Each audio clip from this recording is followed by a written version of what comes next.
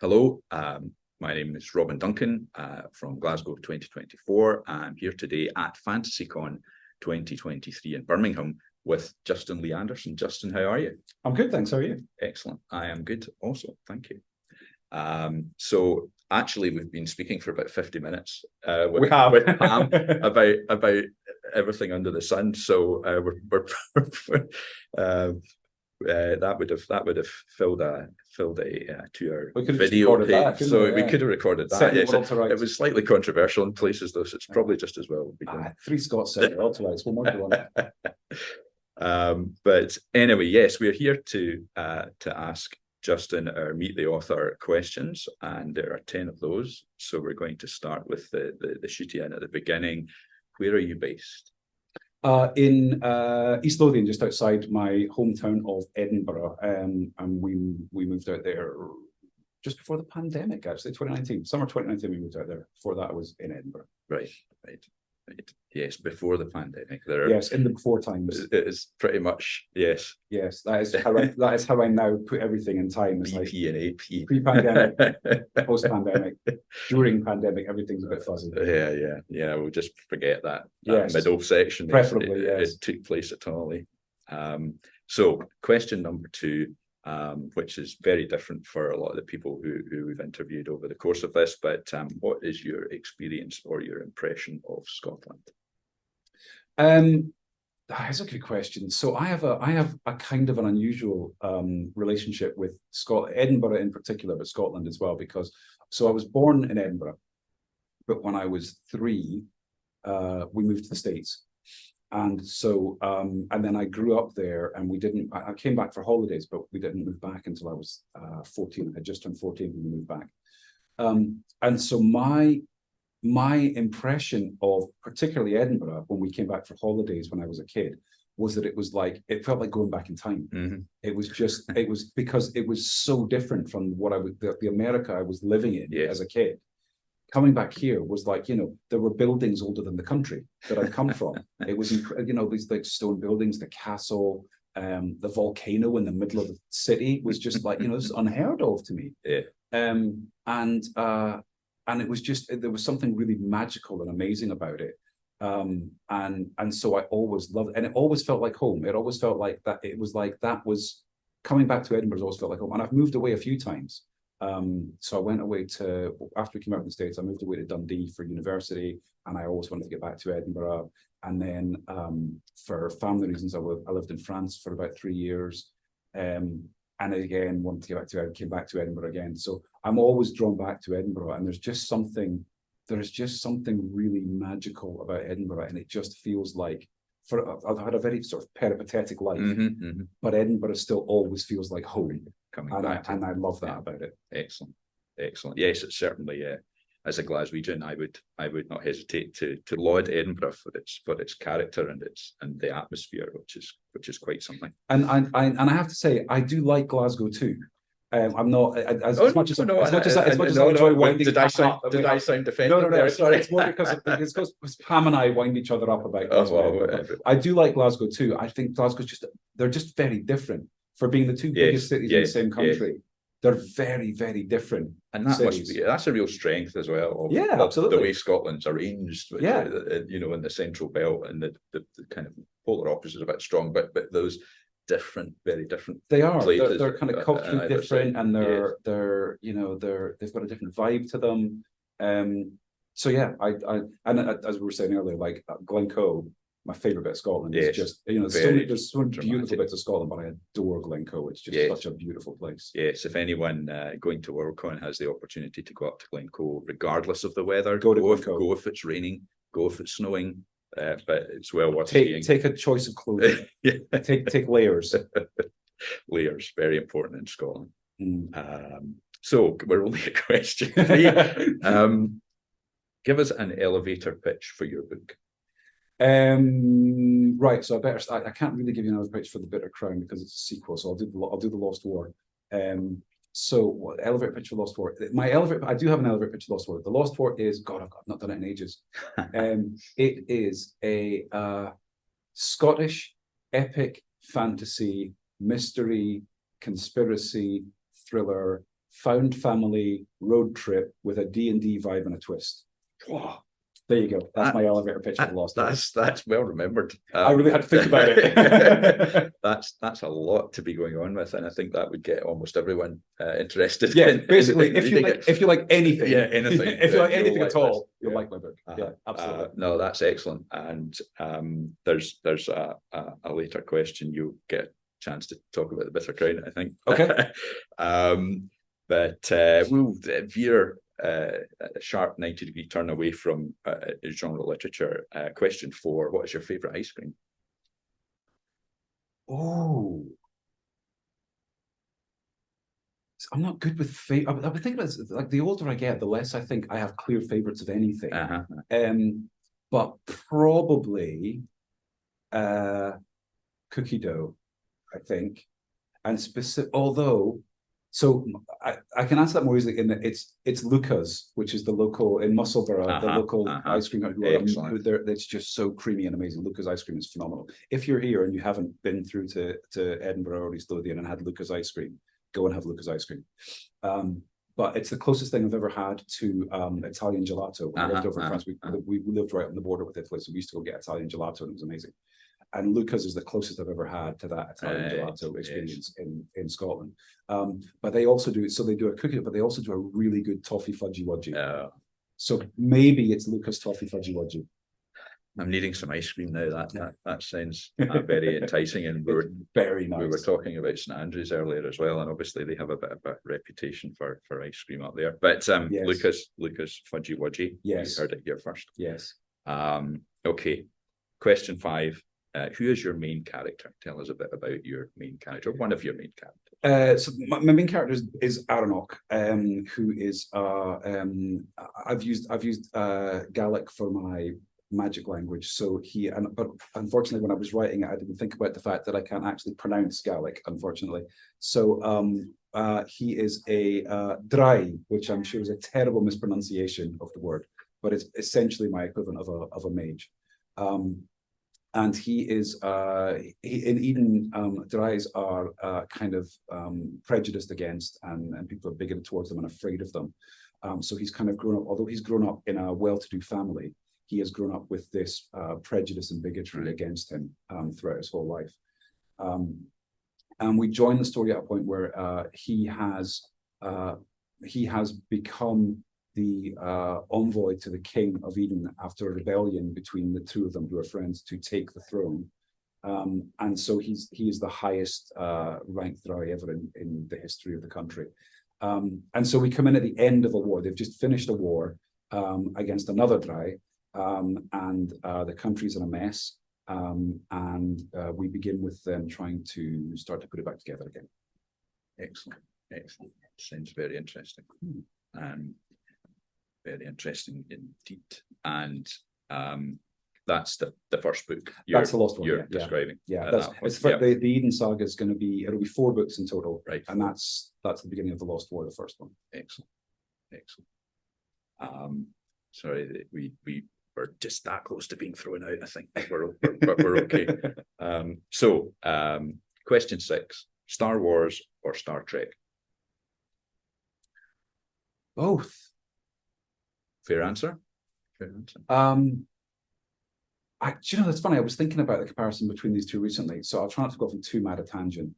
But when you get the kind of rivalry between Star Wars and Star Trek, it's interesting. What I find interesting about it is, so Star Wars and Star Trek represent 2 different metaphors for humanity, and I think Star Wars is it's the kind of gritty, the Wild West, the reality. It's attempting to be what people see us as, like what realists or pessimists would say is like, this is the real state of the world. You've got this fascist empire, you've got these rebels living with very little on the outskirts of the galaxy. Life is hard, and I think that's kind of a vision of where we are or where we have been. Star Trek is aspirational. Yes. Star Trek is, this is what we could be. This is who we could be in the future, and it's more of an optimistic vibe to the whole thing. It's like, look, we could get beyond material considerations and actually tried to become a better species, better people individually. And I think the reason there maybe is a clash between them is because of people, that sort of that optimistic versus pessimistic view of the world and of humanity. It's like, this is how it really is. You need to see how it really is. And so Star Wars fans think Star Trek fans are like, hopeless, romantic optimists. And whereas Star Trek fans think Star Wars fans are all like retrograde Neanderthals or and I think that's actually borne out in the fact that Star Wars is set a long time ago in a galaxy far, whereas Star Wars is our future. And it's like if you kind of start, it's like a lot. I was thinking about I'd forgotten this was a question. It's and it's just, I think this is really, if you look at them and compare them like that, you can clearly see there's two different psychologies at play there, and two different kind of ways of dealing with the world and through storytelling. And I think that's probably why, although they're the two biggest sci-fi series ever, and I think that's why they clash. I think because they are two different visions of humanity. That's a very thoughtful analysis. Thanks. And no, it really, I've never heard it put that way before. And I just thinking about this recently. It's an excellent answer, and I shall remember it. Thanks.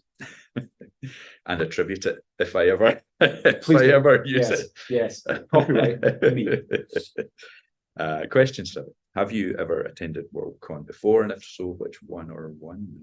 Yes, I went to Dublin in, I guess it was 2019, was it? Yes. So I went to Dublin in 2019. And it was really good. The only problem with it was that, unfortunately, I didn't realize until after I'd booked into it that it clashed with the fact that my wife had bought me a birthday present of tickets to see the Foos in Glasgow.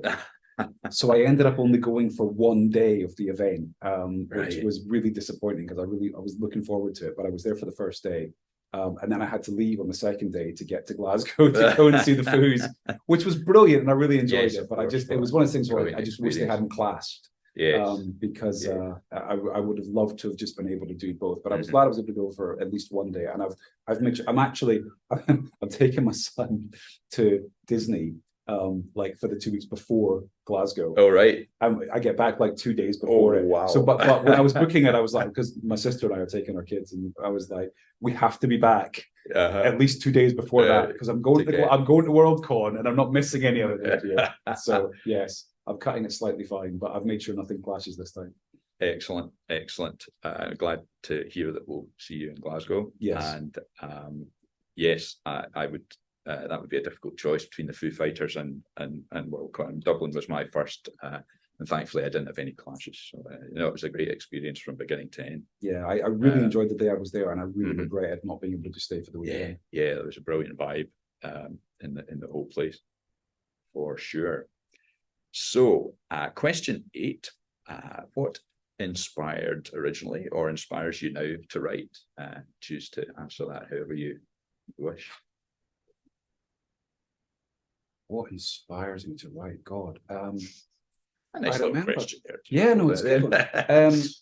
I mean, there's a lot, I suppose. I remember, so I'm very good at starting things and not finishing them, which probably is common amongst writers, I would imagine. 25 years ago, kind of wanted to get into writing. So I signed up for this sort of by mail creative writing course, which I did not finish. But I remember being asked a similar question at the beginning of it. And it was like, why do you want to write?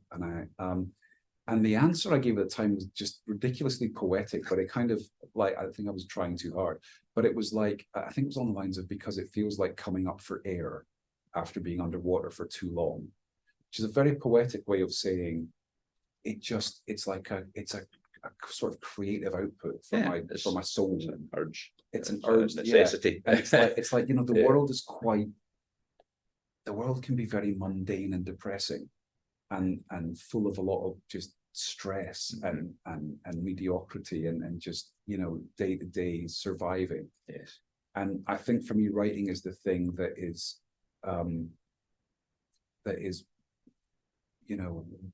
what's worthy is not the right word, but just rewarding and fulfilling And Yeah.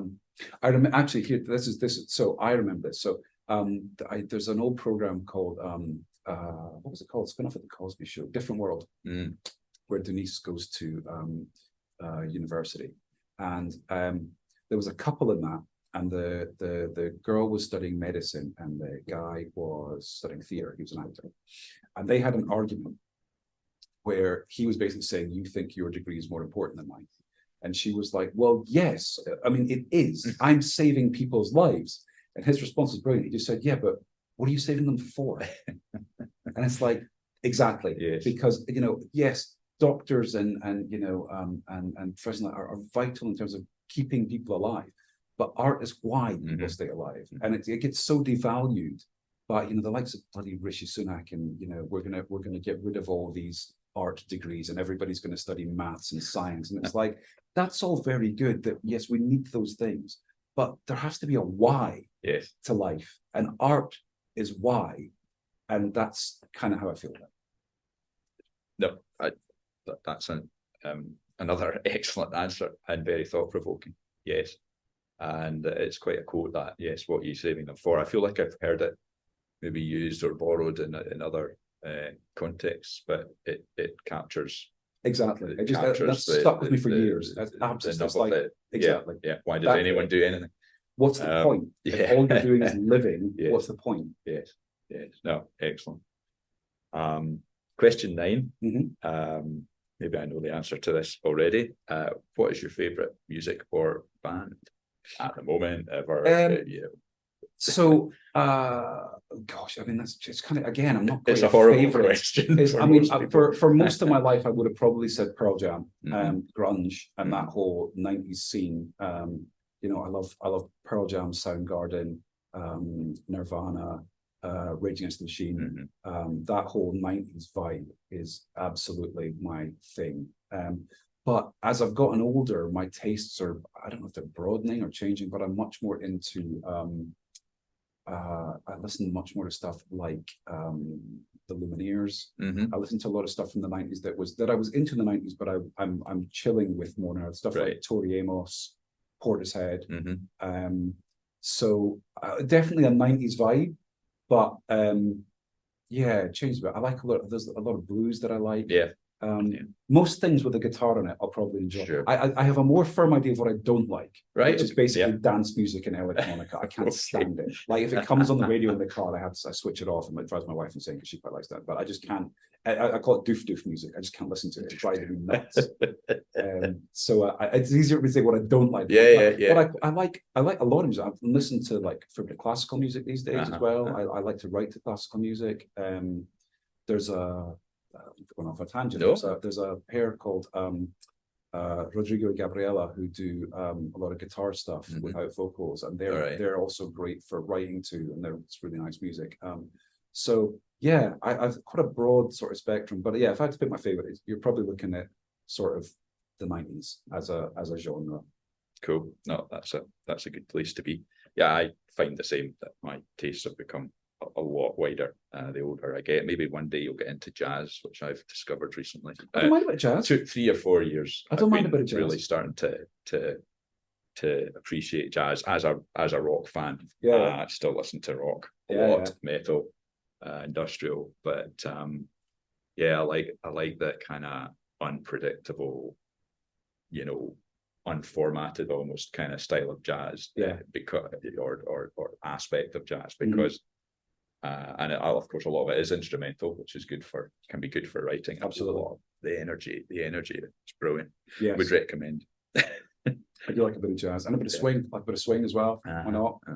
Bit of swing. I actually took some swing dance classes. Cool. 20 years ago. It's good fun. And then I had a daughter, and then we didn't have time for that. And life stopped. No, of course it didn't. And life, joking. And life changed. I have a daughter. Life changed. We've managed to stagger our way to question 10. It's well done. This is the last one. And again, feel free to bend this question in whatever direction you would like. What are you writing now or next? So I'm now writing. So the Eidyn Saga is that's what I'm working on now. So Book 2, The Bitter Crown's out in December this year, and I'm currently writing Book 3. which should be out, I think, December next year. And then I'll be writing book 4, because it's a 4-book series. So I'm currently deep in that. So that's going to take me through to, I guess, the end of 2025, which is when I think book 4 should come out, all being well, weather permitting. So yes, that's what I'm working on. Is the Eidyn Saga. I'm about 55,000 words into book 3. Right. Good. Well on target. Oh, well behind target. I'm working. I'm trying to catch up. I've got to hand it in at the end of October. That's the funny thing, being at a con, and we are at FantasyCon 2023, which is shaping up very nicely. I feel nothing more than the inspiration to write. But of course, there's no time because you've got 3 or 4 days of just panels and readings and things. But that's the thing I love about cons of this, like FantasyCon, like Worldcon, is that you do. It reminds you of the fact that you're not just sitting in a cupboard writing into a vacuum. That there's a whole industry of peers and colleagues out here who are doing the same stuff. Yes. Who are going through the same things you're going through. Yes. Who are also sitting looking at the screen thinking, will anybody read this garbage ever? It's terrible. I can't write anymore. And I have never once come to to here or to BristolCon or to Worldcon and not come away feeling refreshed and inspired to get back to work, get back to writing again, just feeling that enthusiasm again. And it's one of the main things I love about coming to these, is I always go away feeling brilliant. Yes, agreed. And if you're not a con goer, come to Glasgow in 2024, obviously, but many other excellent cons are available. So Justin Lee Anderson, thank you very much indeed for joining us. My pleasure. Thank you for having me. So this has been Glasgow 2024 Meets the Author with Justin Lee Anderson at FantasyCon 2023. But we want you to come to Glasgow in 2024, and the instructions for doing that will follow. Thank you for watching this interview. Find more Meet the Author interviews on our YouTube channel, along with Indie Author Reading Library performances and recordings of previous panels. Hit subscribe to get notifications for every new video. Find us at glasgow2024.org and as Glasgow in 2024 on Facebook, Twitter and Instagram. Check out our cool merch on redbubble.com/people/Glasgow2024/shop. And consider joining by emailing volunteers at glasgow2024